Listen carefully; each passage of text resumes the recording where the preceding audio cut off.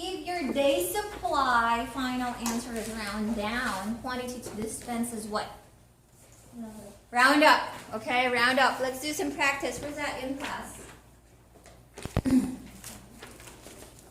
You got your packets? Yeah. Okay. Let's do some practice on day supply. Which one do you have? 560. Dispense 60. Oh, that's Dispense 15. this pin. Oh no, we're gonna compute for the quantity to dispense. Okay, amoxil 500 1 TID times 36. Is that what we have? Times 5. Times 5.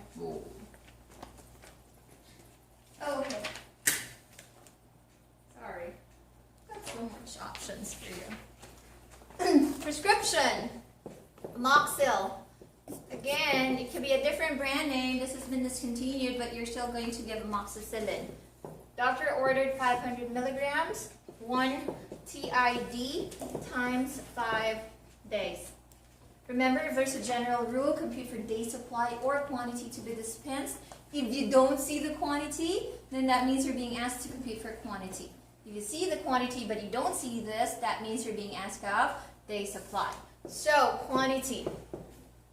The trick in quantity to dispense is you have to know your abbreviations. If you don't know your abbreviations, you're screwed. For sure. Okay? So 1, how do we do this? 1, what's the ID? Trae en día in Latin, or if you speak Spanish, tres. Times? 5 days. You have to give 1 capsule or 1 tablet if it's not specified. Okay, 3 times a day for 15 days. So the quantity that we have to give to the patient or dispense to the patient is 15. It can be caps or tabs, okay, if it's not specified. However, if I put in here caps, then I have to see caps here. Is that clear? Okay. Next, at the back. Everything at the back is what? Liquid dosage form. Yes, we could compute for that. But before I move forward, since I failed to mention last time that an ml, take note, is equivalent to a cc. Okay. You might see it on the test. An ml is 1 milliliter. 1 cc is 1 cubic centimeters. Okay, 1 cubic centimeter. This is usually common in what? European countries, okay? So if somebody tells you I need 1 cc, you know that that's 1 ml. 1 ml and 1 cc is the same, okay? Amoxil, your prescription is amoxil, but it's in suspension form, okay? 150 milligrams per 5 ml.